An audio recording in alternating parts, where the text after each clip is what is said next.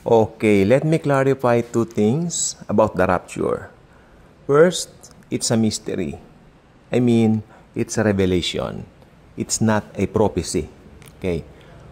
Pangalawa, ito po ay talaga naman pong binabanatan talaga. Bakit daw gustong-gusto natin makatakas? Makatakas tayo sa tribulation. Ang Bible po kasi ang nagsabi na mahal tayo ng Diyos kaya tayo aalisin.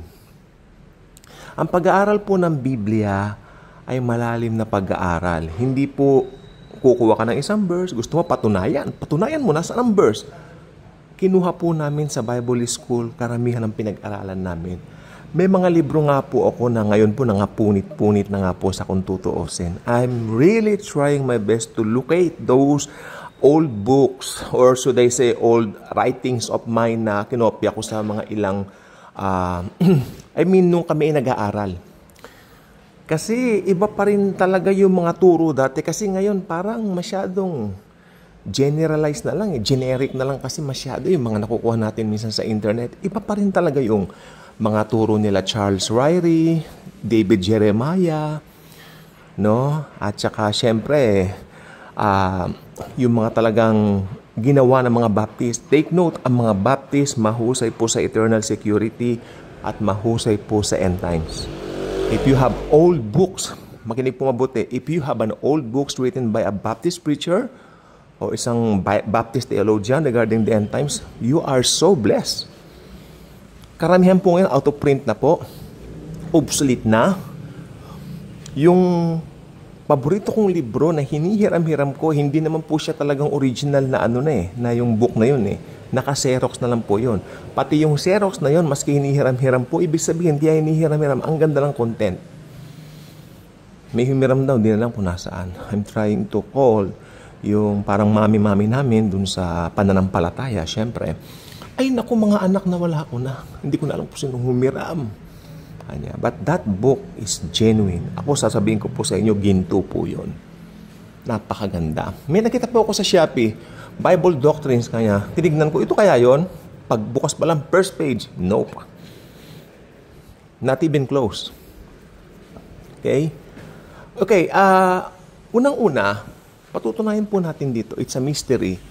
Biblia po please. Ganyan po tayo, Bible. O, sa mga Bibles po natin, buksan natin sa 1 Corinthians chapter 15, verses 51 to 52. 1 Corinthians, acidic kasi ako, kaya ganito ko, pero sorry. Acidic na, pero gusto kinakanyang bawal. Ito, milk na naman ako. 1 Corinthians chapter 15, verses 51 to 52. Behold, I tell you a mystery. We shall not all sleep. Ano sabi niya? Behold, I tell you a prophecy? Hindi. Behold, I tell you a mystery. So, ang rapture po, it's a mystery. It means a revelation to Paul coming from Jesus. We shall not all sleep, but we shall all be changed in a moment, in the twinkling of an eye, at the last trumpet. Okay. Last trumpet. Ito po yung last trumpet for the believers. Okay? May last trumpet for the believers, pero hindi po ito kasama doon sa 7 trumpeta ng puot ng Diyos. Okay? Napakalayo naman po yata yung kaya dapat nag-aaral tayong eschatology ng maayos. Okay? So, yun lang po para alam po natin. Then, verse 52, for the trumpet will sound, and the dead will be raised incorruptible. And we, may koma yung incorruptible, and we will be changed. Paliwanag ko po, yung trompeta, na huling trompeta for the believers, tutunog, will sound. At yung mga namatay, o ibig sabihin yung mga dead in Christ, yung mga namatay kay Kristo, simula noon pa yung mga tumanggap sa Kanya as their own, very own personal Lord and Savior, sila po ay bubuhayin muna. Incorruptible, ibig sabihin may bagong glorified body. Tapos tayo po mga nabubuhay pa, naaabutan po ng araw ng rapture, papalitan po tayo, katulad po nung ipinalit sa nakatawan po nila, nung binuhay sila. Simple. Simple. There's not even contradiction sa mga bagay ng Biblia kung gusto mo lang. Yung may nagsabi, atat na atat daw tayo makawala sa parang ayaw natin ng pagdurusa. Hindi po Bible ang nagsabi, hindi po kami ang may gustong makawala dyan. Ang Bible mismo ang nagsabi na talagang aalisin ni Jesucristo dito ang mga tao nang nagtiwala sa Kanya. Maliwanag po yan sa 1 Thessalonians din po, makikita nyo ang sabi nito, for God did not appoint us to wrath, but to obtain salvation in His Son, Jesus Christ. Ang linaw po niyan. Yung wrath na binabanggit, God did not appoint us to wrath. Yung wrath doon, yung puot ng Diyos na isasabog niya o isasabog niya sa buong mundo sa tribulation, sa great tribulation rather. Kaya, atat na atat. May mga ganyan. Kasi gusto pong sumuong ng mga ito sa tribulation. Hayaan po natin sila. You know what? Having that kind of mindset, having that kind of belief, talagang susuungin nyo nga. Congratulations po sa inyo. Susuungin nyo po talaga yan. Maniwala kayo sa akin. Because you don't put your trust in the finished work of the Lord Jesus Christ on the cross. That's simple. Rapture is not a prophecy. It's a revelation.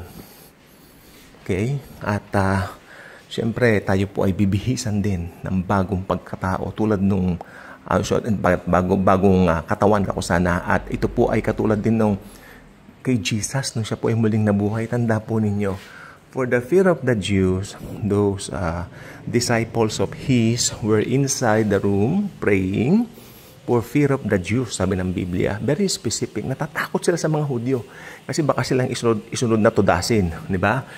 But, sa kalagitnaan ng kanilang takot, nakapinid ang mga pinto, pumasok si Jesus. Peace be with you. Sumayin yung kapayapaan. Diba? Natatandaan nyo yung pa ngayong unang meeting, absent si Tomas eh. The following week, Tomas present already. Peace be unto you. Sabi ni Tomas, my Lord and my God. Naniniwala ka na ba kasi nakita mo ko? Mapapalad yung mga hindi nakakita, pero naniniwala. Kaya sabi ko po sa inyo, it's a matter of faith sa lahat po. Ngayon, yung mga hindi naniniwala na hindi na susuungin ng mga believers ang tribulation, na ira-rapture tayo, yung mga naniniwala doon, congratulations po kasi we believe na talagang mahal tayo ng Diyos at ira-rapture po tayo. Pero doon sa mga hindi naniniwala po doon, talagang susuong po sila kasi parang sila yung sinasabihan ni Jesus na kailangan munang makita. Di ba? Naniniwala ka na ba, Tomas? Kasi nakita mo ako. Parang sila po yun eh. Di ba? Malalaman nila sa the end na totoo pala yung mararapture muna ang church. Pero hindi po sila naniwala, kaya maiiwan po sila. Tandaan nyo, ang pagsama po sa rapture is all about believing in the finished work of Christ. If you don't believe na sapat na yung ginawa ni Kristo sa cross, maiiwan po kayo talaga. Okay? Marami po nangangaral, sabi niya, ayan, masama ang gawain, masamang ginagawa ng mga tao nga, maiiwan sila kasi ang ginagawa nila taliwas. OMG. Gawa na naman ang tao. Ano ba naman, masyado naman ang credit sa tao? Hindi Yung ginawa ng Panginoong Hesukristo, siya ay Diyos. Binigay ang buhay niya sa krus ng Kalbaryo.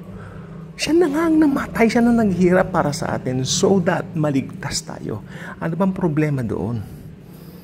Diba? Imbis na pasalamat at tanggapin ang kinin, isa buhay, isa puso, hindi pa yata pinaniniwalaan dahil gusto mo isalip ang sarili mo para magkaroon ka ng pogi point sa Diyos. Nope, never in a million years. It's all about His finished work alone. Paulit-ulit lang po yan. Alam niyo kung bakit pala paulit-ulit ang preaching ng Bible na ito? Dahil, makinig po mabuti, dahil marami rin po mga Kristiyano matigas ang puso na hindi ayaw. Parang kanina nag-post yung isang mananampalataya rin sa Panginoon na, pero ano siya, ang belief nila kasi nakakatakot eh. Parang puro doom and gloom, ganun-ganun, bla bla bla. Pero, sabi ko, it's all about Jesus, tita. Balitita ang tawag namin. It's all about Him.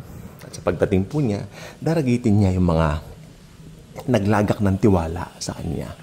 So yan po gusto ko po sabihin po sa hapon na ito sa inyo dahil ewan ko po ba, bakit itong rapture na ito ay masyadong kontrobersyal?